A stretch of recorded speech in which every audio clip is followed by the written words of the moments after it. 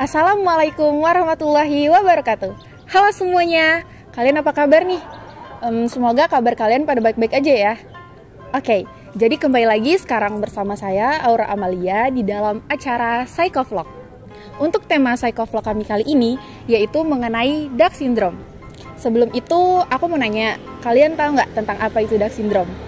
Kalau kalian belum tahu, yuk ikut kegiatan kami dari awal hingga akhir biar kita sama-sama tahu mengenai apa itu Dark Syndrome. Namun sebelum itu, saya mau nanya-nanya dulu kepada mahasiswa-mahasiswi UIN Wali Songo, apakah mereka mengetahui juga tentang apa itu Dark Syndrome? Untuk itu, yuk ikutin kegiatan kami.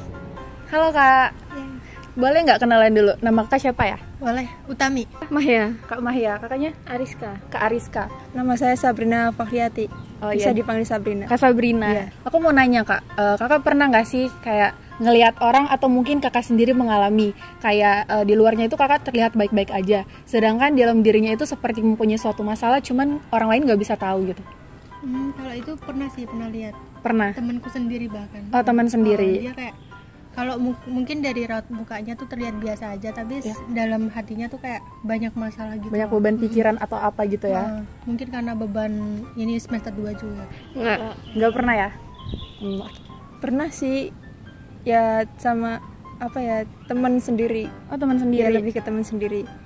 Kadang kan dia juga cerita sama kita sebagai teman-temannya, tapi dia di orang lain beda gitu. Beda lagi. Iya. Oh gitu. Kakak tahu nggak apa itu Dark Syndrome? Belum tahu. Belum tahu. Belum pernah. Belum pernah. Sama-sama belum pernah. Belum Pernah dengar ya? Belum. Baik. Nah, jadi itulah hasil dari wawancara saya kepada beberapa mahasiswa yang ada di UIN Wali Songo Semarang. Dan ternyata masih banyak loh yang belum mengetahui tentang apa itu Dark Syndrome. Untuk selebihnya, marilah kita sama-sama simak penjelasan dari salah satu dosen yang ada di UIN Wali Songo Semarang. Oke teman-teman semua, jadi Dark Syndrome atau sindrom bebek ini sebetulnya adalah analogi, ya, istilah yang dianalogikan seperti bebek, ya. Kalau bebek itu kan ketika hidup atau sedang berenang, ya, berenang di atas permukaan air itu tampak tubuhnya itu terlihat tenang gitu ya, terlihat tenang, easy going gitu, tampak memang indah, cantik. Tapi sesungguhnya kita tidak pernah tahu bagaimana si bebek ini ketika berusaha untuk menggerakkan tubuhnya di atas air itu butuh tenaga yang ekstra di bagian kakinya gitu ya, sehingga memang analogi ini menggambarkan situasi di mana seseorang itu secara eksternal ketika berada di lingkungan sosial tampil dengan ekspresi wajah terbaik, dengan tampilan terbaik ya, tampilan baju, make up dan sebagainya gitu. Tapi kita tidak pernah tahu bagaimana rapuhnya, bagaimana banyaknya problem yang dihadapi oleh seseorang tersebut. Nah, analogi Dark Syndrome itu sesungguhnya adalah istilah yang digunakan untuk menyebut fenomena mahasiswa di Universitas Stamford ya. Jadi mahasiswa di Universitas Stamford ini rata-rata mereka ketika berada di luar perkuliahan menampilkan kehidupan sehari-hari mahasiswa yang cheerful, yang tanpa beban ya, yang selalu berusaha easy going ya, going through the day smoothly gitu. Tapi sesungguhnya ketika kembali ditarik ke urusan perkuliahan, who knows, ternyata mereka harus menanggung banyak beban dan tuntutan ekspektasi akademik yang sometimes membuat mereka itu merasa cemas, stres, even depresi, begitu. Kemudian Dark Syndrome sendiri sesungguhnya bukan termasuk istilah untuk mendiagnosis gangguan kesehatan mental yang secara resmi dibukukan atau tercantum di dalam DSM-5. Namun Down syndrome adalah tadi ya istilah populer yang digunakan untuk menyebut fenomena yang terjadi di kalangan mahasiswa Universitas Stanford. Umumnya Down syndrome itu bisa dialami oleh siapapun, bisa anak-anak, remaja, orang dewasa, laki-laki, perempuan, ya siapapun bisa. Karena Down syndrome itu bukan merupakan fenomena yang secara kasuistik ditemukan, tapi ini adalah fenomena yang jamak sehari-hari, lumrah ditemui. Bahkan mungkin saya dan teman-teman lain yang melihat tayangan ini, saya pikir pernah dalam situasi sindrom bebek gitu. Jadi ketika berhadapan dengan orang-orang di sekeliling, ya kita menampilkan performansi terbaik, ya terbahagia yang pernah kita tampilkan. Tapi ya siapa yang mau ya, maksudnya bagaimana kita kemudian pasti tidak mau untuk tampil sedih, tampil muram gitu di depan banyak orang. Pertanyaan selanjutnya, kenapa kita pura-pura bahagia saat sebetulnya kita itu nggak baik-baik aja? Jadi kalau saya ambil ke salah satu perspektif di dalam psikologi sosial adalah yang pertama ada perspektif dramaturgi.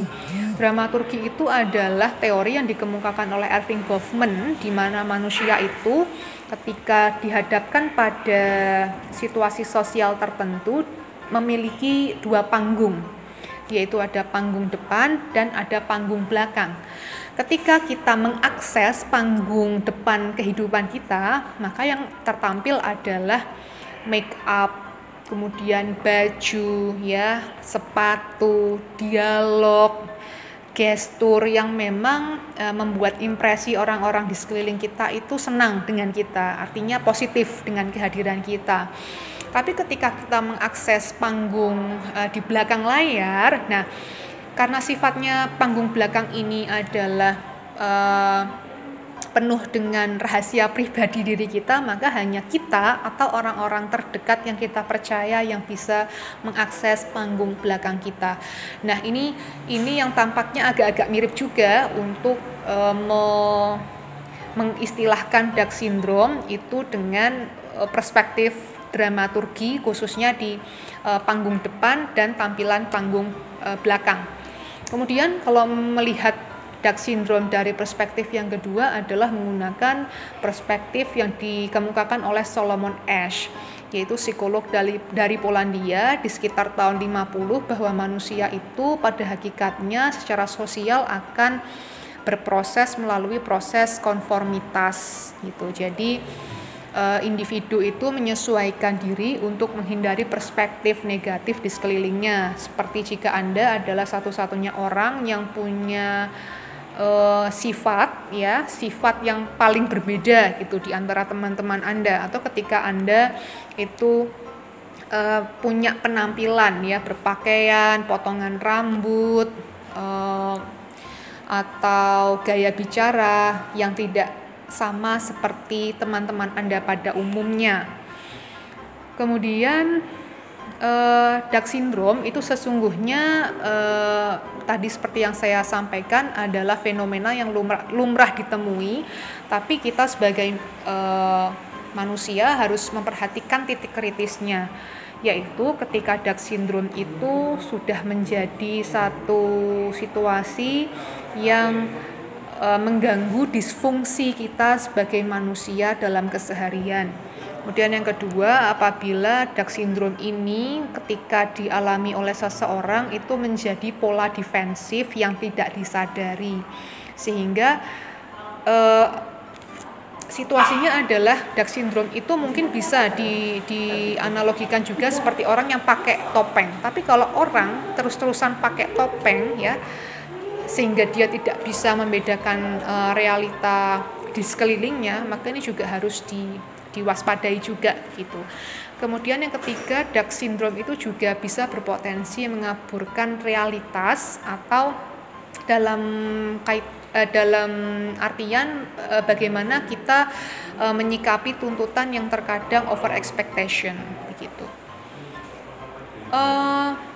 Untuk mengurangi atau mengurai sindrom bebek yang ada di sekeliling kita, itu bisa pakai 2 cara ya. Kalau yang paling umum itu menggunakan mekanisme coping.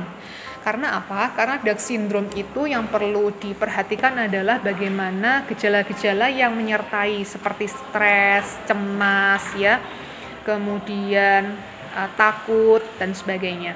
Maka untuk mengurai gejala tersebut kita bisa menggunakan mekanisme coping, mau problem fokus coping ya, atau coping yang berfokus pada masalah, atau emotional focus coping, atau coping yang berpusat pada emosi gitu.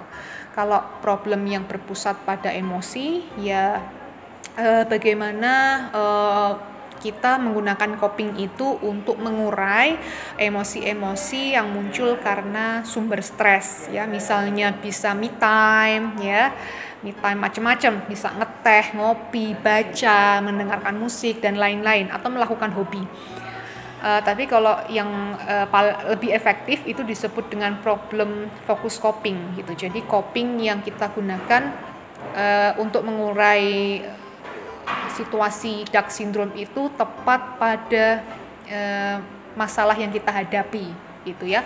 Bisa lewat counseling, bisa lewat improving regulasi diri, bisa belajar keterampilan baru dan sebagainya. Kemudian beberapa faktor protektif yang juga saya kira penting digunakan sebagai cara kita ya untuk menangani ya fenomena Dark syndrome ini adalah yang pertama memiliki resiliensi yang baik gitu. Jadi bagaimana resiliensi di dalam diri kita itu agar senantiasa diasah. Kemudian mindfulness, lalu improving religiositas, lalu asertivitas, penerimaan diri ya atau self acceptance, dan yang terakhir adalah aspek kebersyukuran gitu. Jadi kita harus senantiasa bersyukur ya, berterima kasih pada Tuhan bahwa apapun yang terjadi di dalam hidup kita, di dalam diri kita itu tidak terlepas untuk mendidik kita supaya menjadi manusia yang lebih baik gitu. Jadi kesimpulan yang dapat kita ambil dari penjelasan tadi adalah bahwa Dark syndrome ini merupakan suatu keadaan di mana seseorang dari luarnya itu dia terlihat baik-baik saja, sedangkan di dalam dirinya dia mempunyai suatu masalah, tekanan yang sedang dia hadapi. Hal ini sering diibaratkan seperti seekor bebek yang sedang berenang, di mana kalau kita lihat dari atas air itu dia seperti tenang dan santai, sedangkan di dalam air itu kakinya berenang-renang agar dirinya tidak tenggelam. Jadi begitulah penjelasan dari Psychovlog kali ini. Semoga ada ilmu yang bermanfaat yang dapat kalian ambil. Sekian dari Psychovlog kali ini. Terima kasih. Wassalamualaikum warahmatullahi wabarakatuh.